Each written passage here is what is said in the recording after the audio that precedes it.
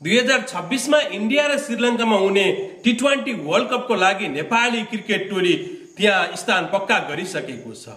यो समाचार त तपाई हामी सबैले हेरिसकेका छौं र हामीले खुसी साटासाट पनि गरिसकेका छौं। यो भन्दा खुसी नेपाली खेल समर्थकहरूको लागि अरु के नै हुन सक्छ र। तर यति मात्र त नेपालको क्रिकेटको खुसी होइन, यस पछाडी पनि नेपालले दिनुपर्ने खुसीहरू अरु पनि छन्।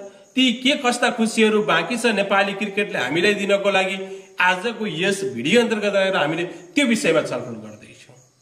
यो सबै जानकारी थाहा पाउनको लागि तपाईहरुले हाम्रो यो भिडियोलाई अन्तिमसम्म हेर्नुपर्ने हुन्छ। कुनै सुझाव सल्लाह र प्रतिक्रिया छन् भने पनि दिन सक्नुहुन्छ र अहिलेसम्म हाम्रो युट्युब च्यानललाई सब्स्क्राइब नगरेका साथीहरुले नेपालका यस्तै खेल जानकारीहरू पाउनको लागि हाम्रो युट्युब च्यानललाई सब्स्क्राइब गर्न सक्नुहुन्छ। अब लागौं नेपालले जुन CWC लिग अन्तर्गतको खेलहरू खेल्दैछ, त्यो खेल कहिले खेल्दैछ, कुन टिमसँग खेल्दैछ र नेपालको समीकरण के कस्तो छ, पूरा जानकारी हामी यही भिडियोमा दिँदैछौं। ICC T20 विश्वकप एसिया तथा east Asia Pacific champion Nepali cricket टोली ओमानबाट संयुक्त अरब इमिरेट्स UAE गइसकेको छ। ICC विश्व क्रिकेट लिग 2 अन्तर्गत UAE र अमेरिकासँग हुने ODI श्रृंखलाका लागि नेपाली टोली UAE पुगेको छ। त्यही खेल खेल्नको लागि नेपाली टिमको घोषणा समेत भइसकेको छ। नेपाल क्रिकेट संघ क्यानले शनिबार विज्ञप्ति जारी गरेर लिग 2 का लागि नेपाली टोली घोषणा गरेको। यस श्रृंखला आगामी 26 अक्टोबर देखि 5 नोभेम्बर सम्म UAE मा हुँदैछ। भर्खरै सम्पन्न ICC T20 विश्वकप छनौट खेलेको टोलीबाट सन्दीप जोरा, लोकेश बमरा, आदिल आलम बाहिरिएका छन् भने विकेट किपर तथा ब्याटर अनिल कुमार शाह, जसले अन्तिम पल्ट गत जुन 17 मा ग्लासगोमा घरेलु टोली स्कटल्यान्ड विरुद्ध T20 खेल खेलेका थिए, त्यसमा उनी चोटका कारण टोली बाहिर थिए। विश्वकप छनौट खेल्नु अघि वेस्ट इन्डिजसँगको खेलका लागि क्याम्पमा स्थान बनाए पनि अन्तिम टोलीमा हटाउन सकेका थिएनन्। तर पछिल्लो समय उनले लगातार खराब प्रदर्शन गर्दै आएका छन्। ग्लासगोमा नेदरल्यान्ड्स र स्कटल्यान्डसँग भएको सिरिजका 3 खेलमा उनले मात्रै 6 रन जोडेका थिए।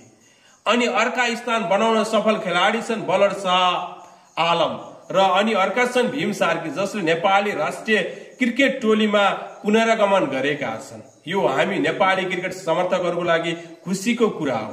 लिग 2 श्रृंखलाका लागि नेपाली टोली UAE पुगिसकेको छ। यो त तपाईहरुलाई हामीले जानकारी दिइसक्यौं। नेपालले पहिलो खेलमा 26 अक्टोबरमा अमेरिकासँग प्रतिस्पर्धा गर्नेछ।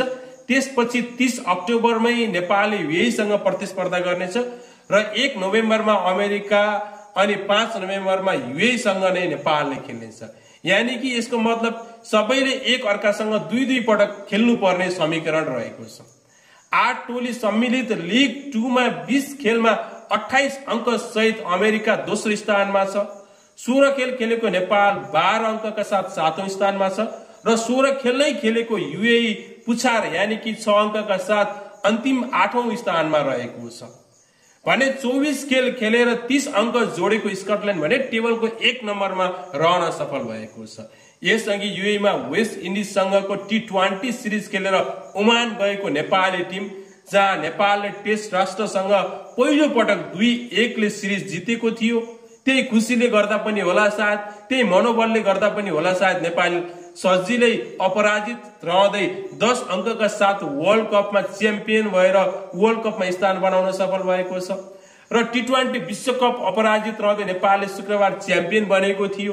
त्यो त तपाई हामी सबैले थाहा भएकै कुरा हो। नेपाली टोलीमा अब कुन खेलाडीहरू समावेश भए त भन्ने कुरा पनि हामीले एकचोटी जानकारी ल्याउँ। नेपाली टोलीमा रोहित कुमार पौडेल जुन कप्तानका रूपमा छन्, दिपेन्द्र सिंह ऐरी जुन उपकप्तानका रूपमा छन्, कुशल भुर्तेल, आसिफ शेख, कुशल मल्ल, सन्दीप लामिछाने, करण केसी, सुम्पल कामी, नन्दन यादव, ललित राजवंशी, अनिल शाह, आरिफ शेख, भीम सार्की र गुलसान झा यस नेपाली क्रिकेट टिममा समावेश भएका छन्। जुन नेपालले अब 26 अक्टोबरदेखि UAE मा CWC लिगका खेलहरू खेल्नेछ।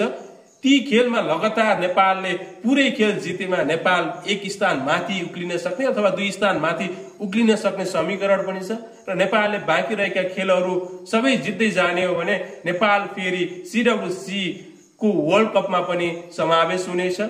यदि यो हुन सकेन भने पनि नेपालले आफ्नो ओडिआई स्ट्याटस बचाउनु पर्नेछ। त्यसको लागि पनि उच्च मनोबल भएको नेपाली क्रिकेट टिमले युएईमा राम्रो प्रदर्शन गरेर फेरि अर्को खुसी हामी नेपाली खेल समर्थकलाई पक्कै पनि दिनेछ। त्यसको लागि हामी सम्पूर्ण जति पनि खेल प्रेमी छौं सबैले best of luck Nepali team.